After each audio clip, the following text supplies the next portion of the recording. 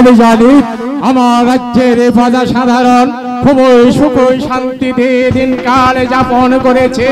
আমি চাই আমার প্রজাদের সুখে সুখী হতে, আমি চাই আমার প্রজাদের দুঃখে দুঃখী হতে, প্রজাদের সুখ দুঃখ মুখে আলিয়ে রেখে আমি আমার রাজ্য পরিচালনা করব। আমি পরস্পর জানতে পারলাম ডাকাত নাকি আমাদের বিরুদ্ধে সে যুদ্ধ ঘোষণা করেছে। তাই যদি হয়ে থাকে বাজান, তাহলে এই মুহূর্তে আপনি আমাকে অনুমতি দিন এই ভিন্ন ডাকাতকে একটি একটি করে ধরে এদের কলিজা ছিঁড়ে এদেরকে আমি বুঝিয়ে দেবো এই ভিন্ন ডাকাতের শক্তির চেয়ে আমাদের শক্তি অনেক ঊর্ধ্বে। তাই হবে শাহজাদা করে তাই হবে ওই জঘন্য ডাকাত বারবার আমার রাজ্যের মাঝে প্রতিহিংসার আগুন জ্বালিয়ে তুলেছে। যেমন করে হোক সেই ডাকাতকে আমাদের কঠোর হস্তে দমন করতে হবে, তা না হলে আমার প্রজা সাধারণ খুবই চিন্তিত হয়ে পড়বে, প্রজা সাধারণ দুঃখে দিন যাপন করবে। আমি সইতে পারবো না বাবা, আমি সইতে পারবো না। তাই তো এই মুহূর্তে আহমদ আব্বালি ও আলোক আশরাফকে ডেকে যুদ্ধযাত্রার আয়োজন করব। কোথায় আহমদ আব্বালি, আলোক আশরাফ? বান্দার সালাম শাহী দরবারে পৌঁছে জনাব, বরণ জনাব আমাকে আল্লাহ ছড়ানো জয় হোক, জাফরার জয় হোক, জাফরার জয় হোক। আহমদ আব্বালি আলোক আশরাফ ওই জঘন্য ডাকাত বারবার আমার রাজ্যের মধ্যে বিশৃঙ্খলা সৃষ্টি করেছে। তাই তো আমি চাই কঠোর হস্তে ওই জঘন্য ডাকাতকে দমন করে এই রাজ্যকে শান্ত সুষ্ঠুভাবে পরিচালনা করতে। তাই তো এই মুহূর্তে তোমরা আর কালে বিলম্ব না করে যুদ্ধযাত্রার আয়োজন করবে। যেমন করে হোক জঘন্য ডাকাতকে শৃঙ্খলিত করে আমার শাহী দরবারে। আপনি শুধু আমাদেরকে আশীর্বাদ করবেন জনাব, আপনার দোয়া মাথায় রে এই মুহূর্তে উল্কার বেগে ছুটে যাব ওই জঘন্য ডাকাতকে যেখানে যে অবস্থায় পাবো তাকে যুদ্ধে পরাজিত করে বিজয় নিশান উড়িয়ে আপনার দরবারে ফিরে আসবো জনাব, আপনার দরবারে ফিরে আসবো। হ্যাঁ জাহাপরাব, তাই হবে। আপনি কোনো চিন্তা করবেন না জাহাপরাব। জঘন্য ডাকাত আমাদের রাষ্ট্রীয় সম্পর্কে যুদ্ধ ঘোষণা করেছে। আপনি নিশ্চিন্ত থাকুন, আমরা দুজন যাচ্ছি সেই রণক্ষেত্রে। যেমন করে হোক না কেন ওই জঘন্য ডাকাতকে পরাজয় করে বিজয় নিশান উড়িয়ে আমরা ফিরে আসবো আপনার এই শাহী দরবারে। যুদ্ধে যাবার সময় এই বান্দার বান্দা গোলামের গোলাম আপনাকে জানিয়ে যাচ্ছে তার অন্তরের অন্তরস্থল থেকে সালাম, আসসালামু আলাইকুম। ওয়ালাইকুম আসসালাম। শাহজাদা করে এই মুহূর্তে আমাদের আর দরবারে বসে থাকলে চলবে না। যেমন করে হোক আহমদ আব্বালি গিয়েছে রণক্ষেত্রে, আমার সেনাপতি আলোক আশরাফ রণক্ষেত্রে গিয়েছে। আমাদের যেমন করে হোক তাদের সার্বিক সহযোগিতা করতে হবে, সৈন্য সাজাতে হবে, রণকৌশল সাজাতে হবে। এই মুহূর্তে আর বিলম্ব নয় শাহজাদা, চলো এই মুহূর্তে আমরা যুদ্ধযাত্রার আয়োজন।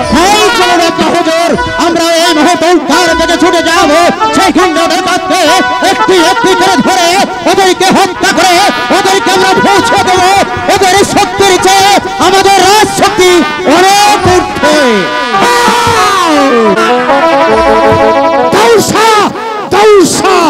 একদিন আমি তোমার দরবারে গেছিলাম একটি ভিক্ষার জন্য, তুমি সেদিন আমাকে দূর দূর করে তাড়িয়ে দিয়েছিলে।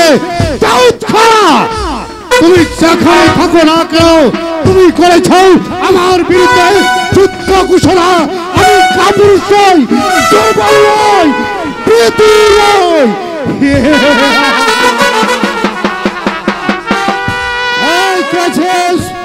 আমার বন্ধুকে পাঠিয়ে দেয়।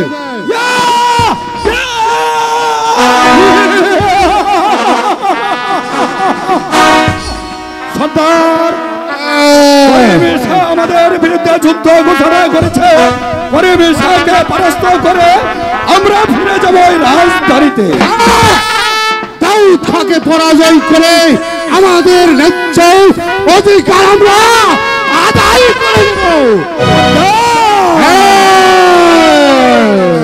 যুদ্ধে যখন আমাদের যেতে হবে সরকার, তাহলে যুদ্ধে গেলে আপনি মারা যেতে পারেন, আমিও মারা যেতে পারি।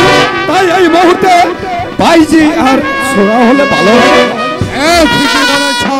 যখন আমরা যুদ্ধে যাব তখন একটু আনন্দ ফুর্তি করে গেলে ভালো হয়। ডাকো তুমি ছোড়ার ভাইজিকে। ছোড়ার ভাইজি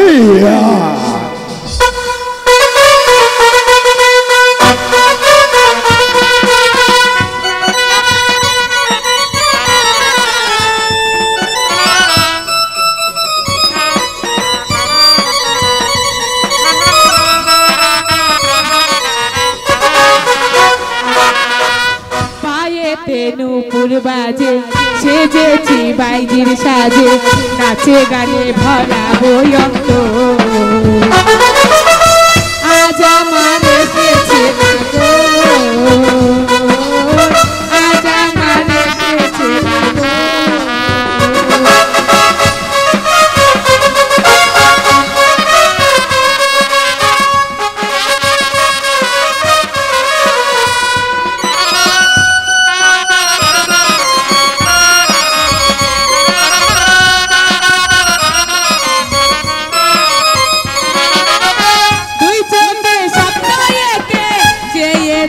আমি যারে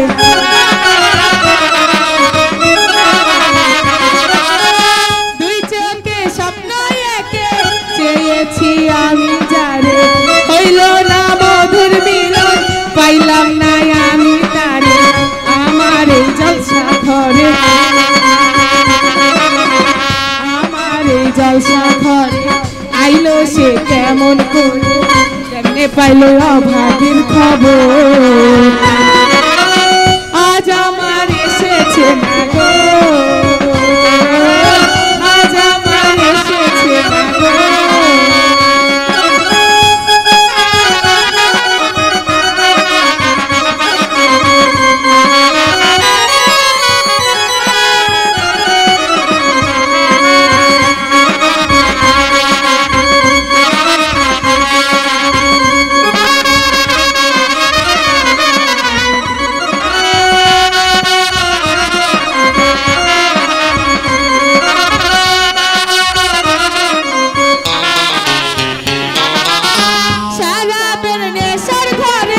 দেখলো না সে আমাকে,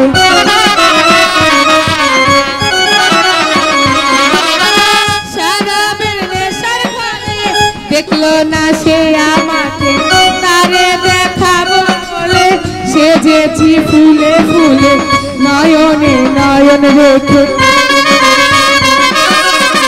নয়নে নয়ন রেখে দেখলো না সে আমাকে, কাছে টেনে করলো না আদর আজ আমার এসেছে না গো, আমার এসেছে না গো।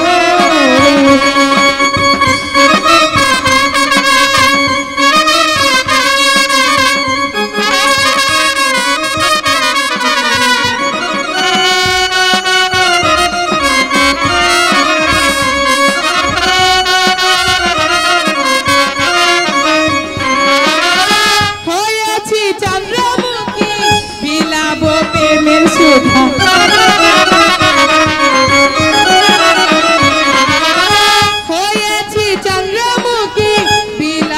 প্রেমের সুধা, পান করো যত পারো নাই তো আজ কোনো বাধা, হয়েছি আমি সাক্ষী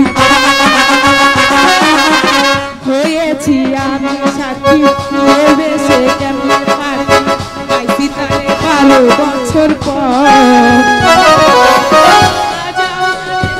না গো, আজ আমার এসেছে না গো, নুপুর বাজে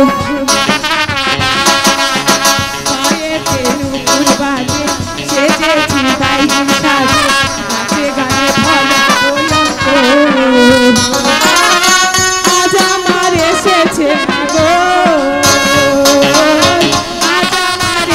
এসেছে না গো আজ আমার এসেছে না গো আজ আমার এসেছে না গো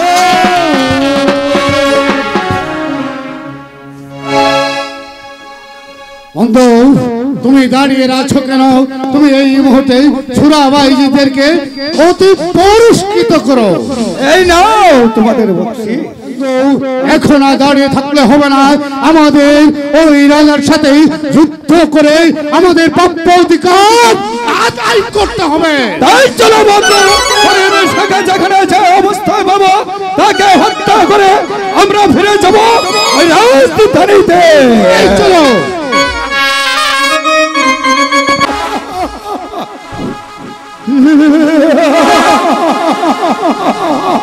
কোথায় কোথায় সেই জঘন্য ডাকাতের চালাক?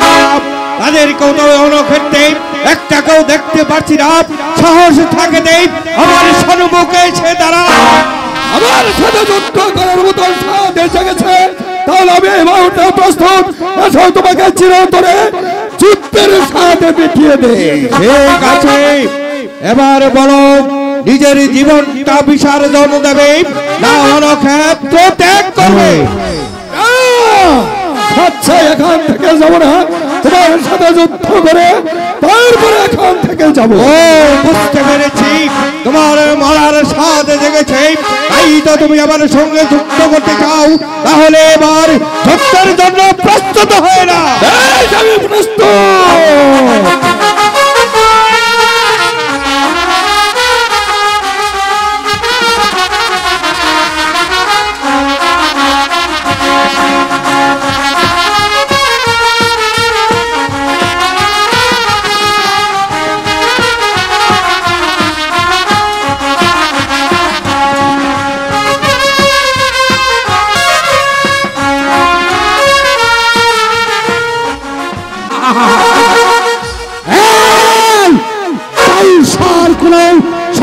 দেখতে পাচ্ছি না, আই বহুতে যদি শক্তি থাকে আমার সাথে যুদ্ধ ঘোষণা করে তারপর ন্যায্য অধিকার আদায় করে নে।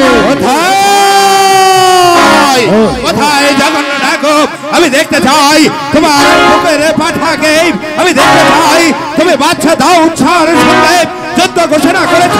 তাই তো একবার যদি আমি তোমাকে আমার সম্মুখে পেতাম তাহলে তোমাকে বুঝিয়ে দিতাম বাচ্চা দাও উৎসাহের সঙ্গে যুদ্ধ করার পরিণাম কত। আই বহুতে যদি শক্তি থাকে আমার সঙ্গে যুদ্ধ করে তারপর আমি এই দুনিয়ার মুখ থেকে একেবারে সরিয়ে দেব। তুমি আমার সঙ্গে যুদ্ধ করতে চাও, তাই না? জগন্ন ডাকো, তাহলে আর বিলম্ব করছে কেন? করো রস্তম, করো রণ, বাজুক এবার যুদ্ধের বাজন।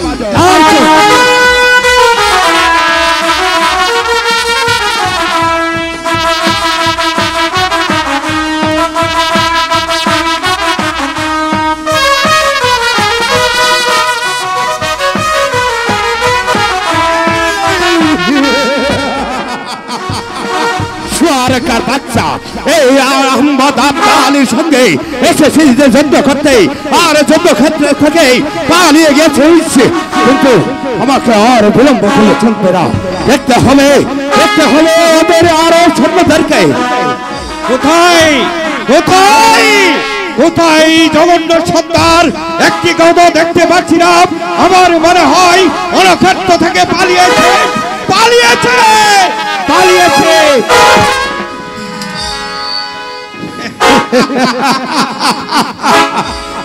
বন্ধু, বলো বন্ধু। আমার মনে হয় জগন্ন ডাকু এই রাজ্য ছেড়ে পালিয়ে গেছে, তাই তো এবার আমরা সম্পূর্ণ রূপে যুদ্ধে জয়লাভ করেছি। ঠিকই বলেছ বন্ধু, ঠিকই বলেছ। জগন্ন সর্দারের সব লোকজন অনক্ষত্র থেকে পালিয়েছে। আমার মনে হয় আমরা সম্পূর্ণ রূপে নিশ্চিন্ত হয়েছি। এই যুদ্ধে আমরা জয়লাভ করেছি। শোনো আহমদ আব্বালি, আলোগা সাজ্জাদ, তোমরা যে যুদ্ধে জয় হয়েছ এই সংবাদ বাদশা দাউদ চার কালে পৌঁছে গেছে।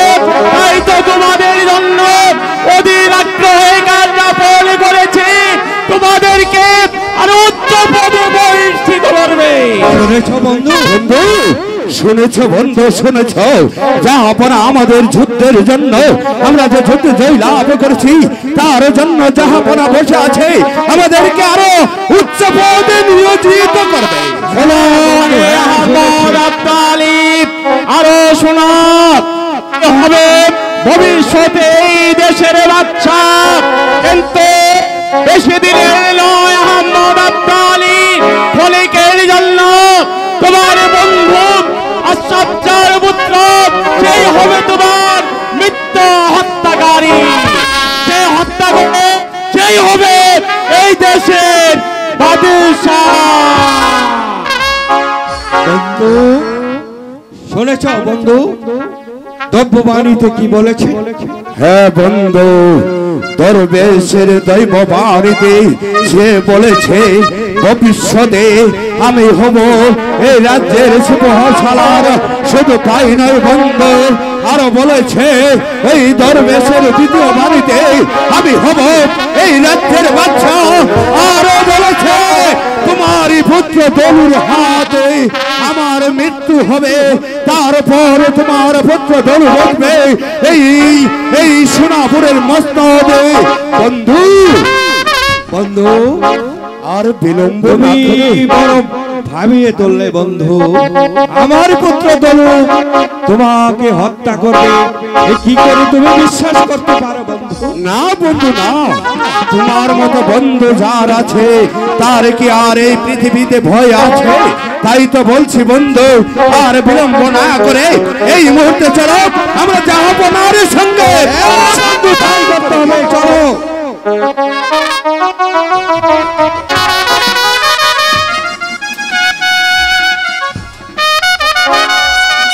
আনন্দ করে আনন্দ যুদ্ধে যে আমাদের সেনাপতি আহমদ আব্দালি ও আলোক আশরাফ জয় হয়েছে, এই জন্য গর্বে আমার বুকটা ভরে গেছে। তাই তো সৈন্য মারফত আমি সংবাদ পাঠিয়েছি, তারা যেন অধীর আগ্রহে আমার সাথে সাক্ষাৎ করে, তাদের জন্য অধীর আগ্রহে আমি বসে আছি। বাংলার সালাম শাহী দরবারে পৌঁছে জনাব। জনাব জাহাপনার জয় হোক, জাহাপনার জয় হোক। সেনাপতি আহমদ আব্দালি আলোক আশরাফ, তোমাদের আজকে এত বিলম্ব হলো কেন? আমি যে তোমাদের জন্য চিন্তিত ছিলাম। আব্বা হুজুর, আমি একটি কথা বলতে চাই। আব্বা হুজুর, রাষ্ট্রেরা আমাদের রাজ্যের বিরুদ্ধে বিদ্রোহ আচরণ করছে, তার জন্য এই শক্তিশালী সেনাবাহিনীদের আমাদের প্রয়োজন আছে। তাই তো আমি বলছিলাম আপনি আলোক সজ্জাকে এই রাজ্যের সিংহাসনে রেখে রূপান্তরিত করুন, তাহলে আমাদের রাজশক্তি আর ভিত্তি ভাবে রাজ্য হুজুর আপনি এই মুহূর্তে সারা রাজ্য ঘোষণা করে দিন, আজ থেকে প্রধান সিংহাসনের দায়িত্ব আলোক সজ্জাকে দিয়ে দিন। আব্বা হুজুর, মারহাবা মারহাবা মারহাবা। এই না হলে কি তুমি আমার পুত্র করিম সাহেব? আমি তো এটাই বলতে চেয়েছিলাম করিম সাহেব। আহমদ আব্দালি জনাব, তোমরা যে যুদ্ধে জয় হয়েছ, এই জন্য আজ থেকে 7 দিন পর্যন্ত আমার রাজ্যে আনন্দ উৎসবের আয়োজন করা হবে, এমনকি তোমাকে এই সোনাপুর রাজ্যে প্রধান সিপাহ সারা পদে বহাল। জনাব, জনাবের মেহেরবানি। আব্বা হুজুর, আমি বলছিলাম আলোক সজ্জাকে প্রধান সেনাপতি করার জন্য আপনি যখন ওনাকে একটি প্রধান সেনাপতি করছেন, তাহলে ওনাকে একটি উচ্চ কোনো পোস্টে নিয়োজিত করুন। আব্বা হুজুর, ঠিক আছে বাবা করিম সাহেব, তোমার এই কথা তো আমি অমান্য করতে পারি না। তুমি যখন বলেছ তাই তো আহমদ আব্দালিকে সেনাপতি বানিয়েছি, আর আলোক আশরাফকে বানাবো আমি এই রাজ্যের সিপাহ সালার। সত্যি জাহাপনা মহানুভাব। জনাব, আজ আমরা যুদ্ধে জয়লাভ করেছি, আমার মনে বড় ইচ্ছে আপনাকে একটি বারের জন্য একদিন একদিনের জন্য আপনি যদি আমার বাড়িতে আতিথ্য গ্রহণ করেন এতে আমি অত্যন্ত খুশি হব জনাব। তা সম্ভব নয়। আমরা গত 7 দিন যাবৎ আমাদের রাজ্য থেকে আমরা যুদ্ধের ময়দানে চলে এসেছি, তাই তো রাজ্যের প্রজা সাধারণ আমাদের মুখ পানে চেয়ে আছে কখন তারা সেই যুদ্ধের বিজয়ের সংবাদ শুনবে। তাই তো আমরা এই মুহূর্তে দেশাধিপতিকে যাত্রা করবো, তাদেরকে আমরা যুদ্ধের সংবাদ শোনাবো। শাহজাদা, আপনি কেন বুঝতে পারছেন না? আমার খুব ইচ্ছে, আর আমার পেয়ারের বিবি ফরিদা অনেক আশা করে জাহাপনাকে নিমন্ত্রণ করেছে। জাহাপনা যদি একটি রাত আমার বাড়িতে আমন্ত্রিত হয় তাহলে সেও খুশি হবে, আমিও খুশি হব। জাহাপনা, আহমদ আবদালি যখন এত করে অনুরোধ করছে তাই তো আমি আপনাকে বলছি জাহাপনা, একটি রাত আহমদ আবদালির বাড়িতে আতিথ্য গ্রহণ করে আগামী প্রত্যুষেই আমরা দেশ অভিমুখে যাত্রা করবো। জাহাপনা, আহমদ আবদালি জনাব আলোক সাজ্জাদ, জাহাপনা, আপনাদের যুক্তি মেনে নেওয়াই উত্তম, কিন্তু আজ থেকে দীর্ঘ 7 দিন পূর্বে দরবার থেকে আমরা যুদ্ধের রণকৌশলে এসেছি।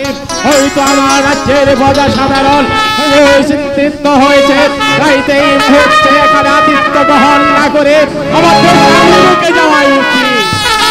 জাহাপনা, কেন বুঝতে পারছেন না জাহাপনা? আহমদ আবদালি আপনার রাজ্যেরই প্রধান সেনাপতি, তাই তো অনুরোধ করে বলছে একটি রাত যদি তার বাড়িতে আতিথ্য গ্রহণ করুন জাহাপনা, হয়তো আহমদ আবদালির ফ্যামিলি অত্যন্ত খুশি হবে। জাহাপনা, আবদালি জনাব আলোক সাজ্জাদ, জাহাপনা, বাবা করিম শাহ, আব্বা হুজুর, তারা যখন এত করে বলছে আহমদ আবদালির বিবিজান আমাদেরকে একটি রাত্রি তাদের বাড়িতে আতিথ্য গ্রহণ করতে বলেছে, তার বিবিজানও খুশি হবে, আবদালিও খুশি হবে। তাই তো তাদেরকে আমি যখন আর সেনাপতি পদে বহাল করেছি, তাদের আশা আকাঙ্ক্ষা তো আমি ব্যর্থ করতে পারি না। চলো এই মুহূর্তে আবদালির বাড়িতে আমরা আতিথ্য গ্রহণ করি। এসো বাবা, আজকে রাত আবদালি বাড়িতে আতিথ্য গ্রহণ করে আগামীকাল বত্তসে আমরা দেশ আভিমুখে যাত্রা চলুন আব্বা হুজুর, চলুন।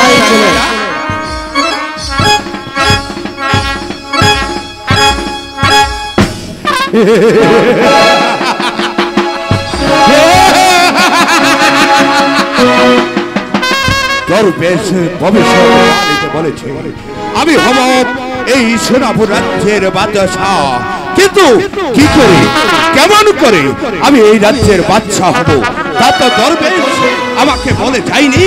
আমি কেমন করে এই রাজ্যের বাদশাহ হব আমাকে বড় ভাবিয়ে তুলেছে। আমি এখন কি করব আমি যে বুঝতে পারছি না।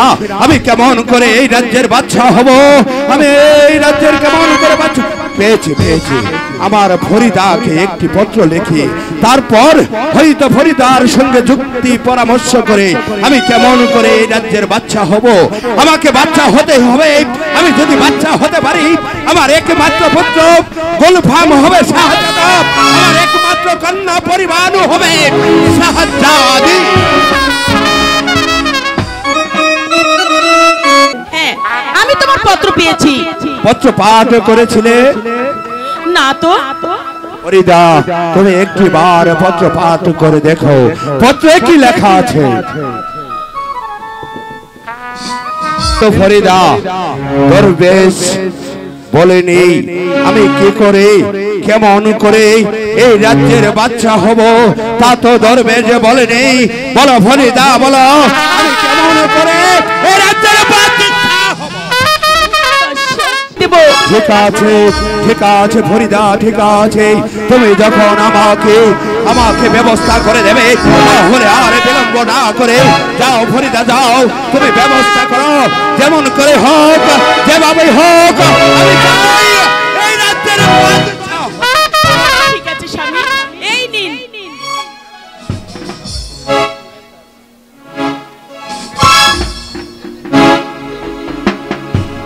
বাদশা আমি কেমন করে বাচ্চা হব, কিভাবে বাচ্চা হবে তা আমাকে ভাবতে হবে। ওই ফরিদাকে দিয়ে আর কাজ হবে না, আমাকে ভাবতে হবে, আমাকে ভাবতে হবে। আমি পেয়েছি, পেয়েছি, আমি পেয়েছি। বাচ্চা দাউদ শাহ আজ আমার বাড়িতে আতিথ্য গ্রহণ করবে। রাতের অন্ধকারে বাচ্চা দাউদ শাহকে এই পৃথিবীর বুক থেকে সরিয়ে দিলেই আমার পথ হবে একেবারে পরিষ্কার। তখন আমি হব এই রাজ্যের বাদশা।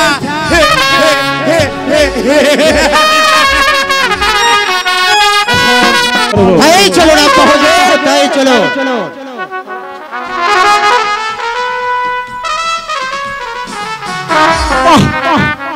কত সুন্দর, কত সুন্দর, কত সুন্দর করে বাড়িটা সাজিয়েছে, তাই না করিম শাহ? দেখেছো করিম শাহ, দেখেছো কত সুন্দর? হুজুর আমি দেখতে পাচ্ছি আব্বা হুজুর। জাহাপনা, এই অদমের বাড়িতে আপনি আতিথ্য করেছেন, আমি অত্যন্ত খুশি হয়েছি। তাই তো জাহাপনা, আপনি এই কক্ষে শয়ন করুন, শাহজাদা করিম শাহ আমার পাশের কক্ষে শয়ন করুন। না, আমি আমার আব্বা হুজুরকে ছেড়ে কোথাও যাব না, আমি আমার আব্বা হুজুরের সাথে থাকবো। শাহজাদা, আপনি কেন বুঝতে পারছেন? আপনি এখন সামান্য, আপনি যদি জাহাপনার সঙ্গে শোন, একটা মান সম্মানের ব্যাপার আছে। তাই তো বলছিলাম কি, আপনি ওই পাশের কক্ষে শোন, জাহাপনা এই কক্ষে শয়ন করুন। প্রয়োজন বোধে আমি সারা রাত ঘুম জেগে আপনাদেরকে পাহারা দেব। আহমদ আব্দালি করিম শাহ এখনো সামান্য হয়নি, তাই তো করিম শাহ আমার সাথেই থাকবে। জনাব, আমি বলছিলাম কি, শাহজাদা যদি ওই পাশের কক্ষে শুইত আর আপনি এই কক্ষে শয়ন করতেন, তাহলে আপনার নিদ্রাটা অনেক আরামে হতো। আমি আমার আব্বা জানকে ছেড়ে কোথাও যাব না, আমি আমার আব্বা জানের সঙ্গে এই কক্ষেই থাকবো। আপনি একটি বারে ভেবে দেখেছেন আর বাড়িতে আতিথ্য গ্রহণ করেছেন? আমি হচ্ছি আহমদ আব্দালি, এই রাজ্যের বীর যোদ্ধা। এতে আপনি ভয় পাচ্ছেন কেন? আমি ভয় পাচ্ছি না আব্বা হুজুর, আপনাকে ছেড়ে যেতে আমার যে মন যাচ্ছে না, তারপরেও ওই সিংহ ছড়ার কথায় আমি আপনার পাশের কক্ষে যাচ্ছি। যদি কোনো প্রয়োজন মনে করেন তাহলে আপনি আপনার এই করিম সাথে স্মরণ করবেন আব্বা হুজুর। আমি যেগুলো বিপদে আপদে আমি আপনার কাছে উল্কায় বেগে ছুটে আসবো। প্রয়োজন বোধে আমি তোমাকে স্মরণ করব, তুমি আমার নিদ্রায় যাও। জাহাপনা, আপনি এই শরবতটুকু পান করুন, পান করলে আমি খুব খুশি হব। বেশ, দাও তাহলে।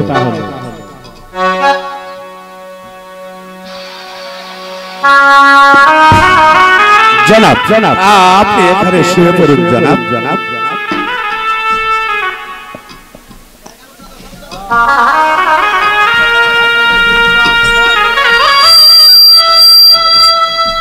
ঠিক আছে আহমদ আব্দালি, তোমরা বাহিরে পাহারা দেবে। ঠিক আছে জনাব, আমি সারা রাত জেগে আপনাকে পাহারা দেব। ঠিক আছে, চলো ফরিদা। ঠিক আছে, তাই চলুন।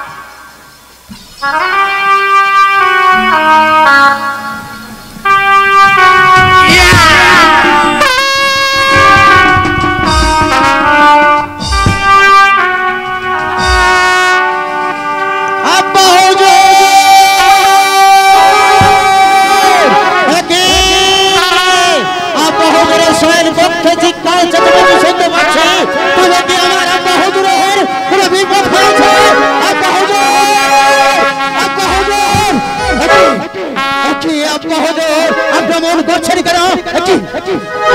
না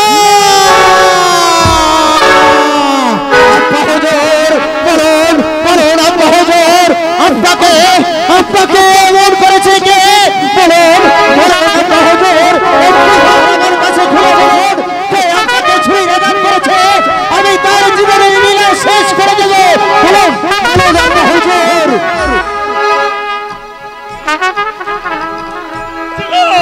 আমি বুঝতে পারিনি বাবা, কে জানে এগুলি এই আপনি কি দেখেছেন আপনাকে হত্যা করেছে? আপনি কি দেখেছেন? না বাবা না, আমি দেখতে পারিনি বাবা। শাহজাদা করিম শাহ, আপনি জাহাপনা এমন করছে কেন? আপনি তাহলে রাজ্যের লোভে আপনার পিতাকে আপনি হত্যা করেছেন। আমি কেন এই রাজ্যের লোভে আমার পিতাকে হত্যা করতে যাব? আমার পিতার অনুমতিতে আমি তো এই রাজ্যের রাজা। আমি কেন আমার পিতাকে হত্যা করতে যাব? যান এই মুহূর্তে ফাঁসি ভরিয়ে যান।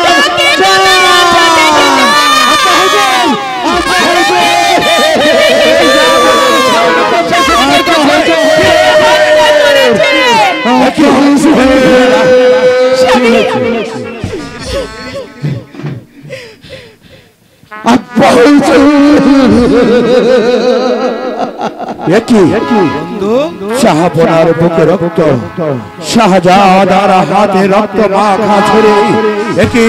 একই শাহজাদা আপনি রাজ্যের লোভে শাহপনাকে নির্মম ভাবে হত্যা করলেন। বলছেন আপনি সাবধান সাহেব, আমি কেন আমার পিতাকে হত্যা করতে যাব? আমি তো পরিষদে রাজ্যের রাজা, তবে আমি কেন যাব আমার পিতাকে হত্যা করতে? আমি আমার পিতাকে হত্যা করিনি। কি করে বুঝবো? রক্ত মাখা ছুরি তোমার হাতে দেখতে পাচ্ছি শাহজাদা করিম শাহ। তুমি নিজের পিতাকে নিজ হাতে হত্যা করলে কেন করিম শাহ? তোমার যদি রাজ্যের এতই লোভ জেগেছিল, তোমার সিংহাসনে বসার এতই লোভ জেগেছিল, তোমরা আমাকে বলতে, আব্দালিকে বলতে, আমরা জাহাপনাকে কয়ে জাহাপনাকে বুঝাই তোমাকে সিংহাসনে বসিয়ে দিতাম। তা না করে তুমি নিজের হাতে তোমার পিতাকে হত্যা করলে। না, আমি আমার পিতাকে হত্যা করিনি। এখন আমি ভালো করে বুঝতে পারছি আমরা এই বাড়িতে আতিথ্য গ্রহণ করতে চাইনি, বরং তারাই ষড়যন্ত্র করে আমাদের আতিথ্য করতে বাধ্য করেছেন। তাই তো ষড়যন্ত্র করে আমার আব্বা হুজুরকে আপনারাই হত্যা করেছেন।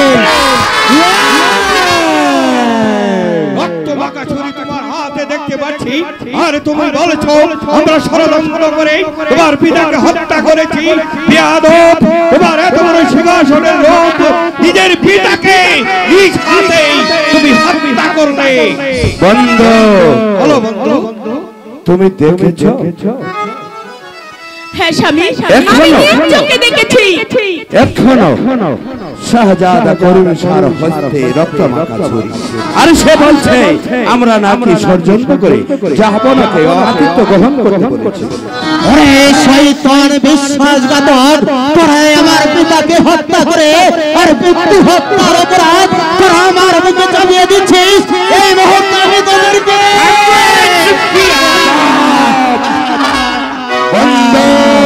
বন্ধু আর বিলম্ব নয়, এই পিতৃঘাতক করিম শাহকে এই মুহূর্তে বন্দী করে ওই অন্ধকার কারাগারে নিক্ষেপ করো। আগামীকাল প্রত্যুষে এই পিতৃঘাতক করিম শাহ বলেছ পিতৃ হত্যা করিম শাহ ওর পিতাকে হত্যা করে আমার মনে হয় পাগল হয়ে গেছে। তাই তাই মুহূর্তকে বন্দী করে অন্ধকার কারাগারে নিক্ষেপ করতে হবে। তাই কে আছিস?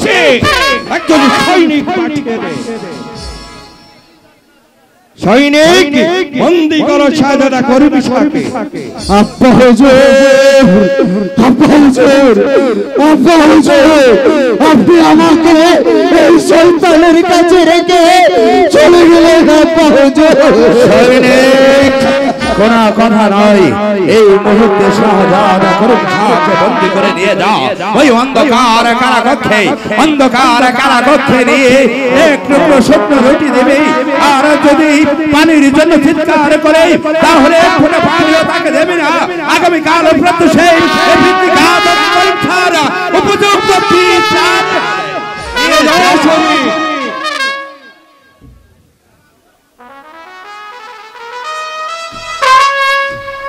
বন্ধু ওরে শয়তান, আজ তোরা দুজনে ষড়যন্ত্র করে আমার মৃত্যু হত্যার অপরাধ আমার মুখে চাপিয়ে দিচ্ছিস। এমন একটা দিন আসবে এই রাজ্যের প্রজা সাধারণ তাদেরকে যত গুটো করে, তাদেরকে খণ্ড খণ্ড করে ক্ষুধার্ত কুকুরের মুখে তুলে দেবে। তোদের দুজনের কলঙ্কিত দেহে, কলঙ্কিত দেহে, কলঙ্কিত দেহে।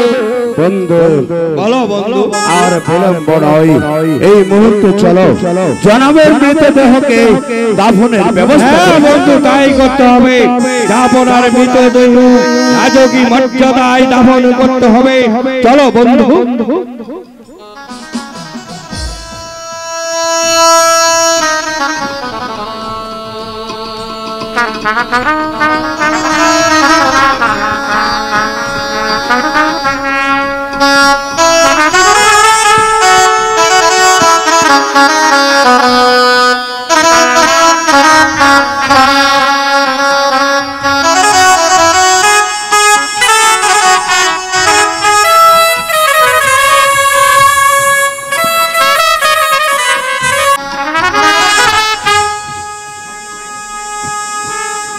বন্ধু জাহাপনা আমাদেরকে ছেড়ে এই পৃথিবীর মায়া ছেড়ে চিরদিনের জন্য চলে গেছে, কিন্তু মসনদ তো এখন খালি পড়েছে।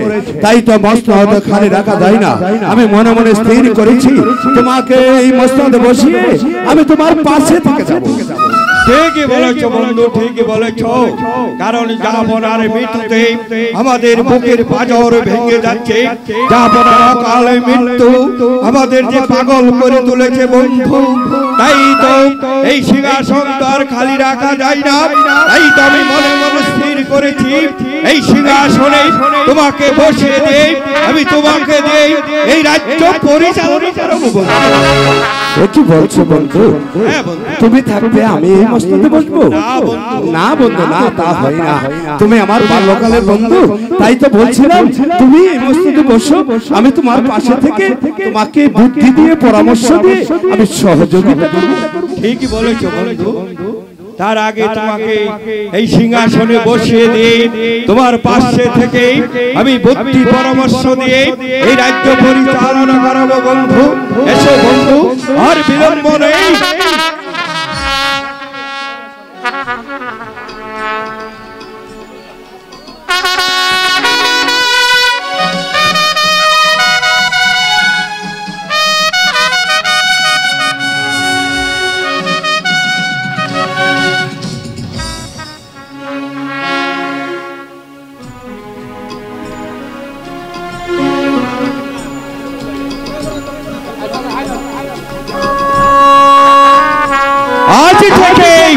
সোনাপুর রাজ্যের রাজা আপনি। আপনি সোনাপুর রাজ্যে ন্যায়ের সিংহাসনে বসে আপনি ন্যায় বিচার করে যাবেন। সোনাপুর রাজ্যের লাখো লাখো প্রজাদেরকে আপনি ওদেরকে দেখে রাখবেন। আপনি প্রজাদের সুখী, আপনি হবেন সুখী ওদের সুখে, আপনি হবেন সুখী ওদের দুঃখে, আপনি হবেন দুঃখী। তাই তো লাখো লাখো প্রজারা আপনার মুখ পানে চেয়ে আছে আপনাদের সূক্ষ্ম বিচার পাবে বলে। সূক্ষ্ম বিচার হ্যাঁ বন্ধু, হ্যাঁ তুমি ঠিকই বলেছ। আজ যখন আমাকে এই সোনাপুর আজ মসনদে বসিয়েছ, আমি আর বিলম্ব করব না, আমি বিচার করব। বিচার পিতৃঘাতক ওই করিম শাহর উপযুক্ত বিচার করব। আমি যদি ওই পিতৃঘাতক করিম শাহর বিচার না করি, তাহলে আমার রাজ্যের প্রজা সাধারণ না আমাকে বাচ্চা বলে মানবে না। তাই তো আর বিলম্ব না করে এই মুহূর্তে পিতৃঘাতক করিম শাহকে আমার দরবারে হাজির করো। তারপর আমি প্রথম বিচার ওই করিম শাহকে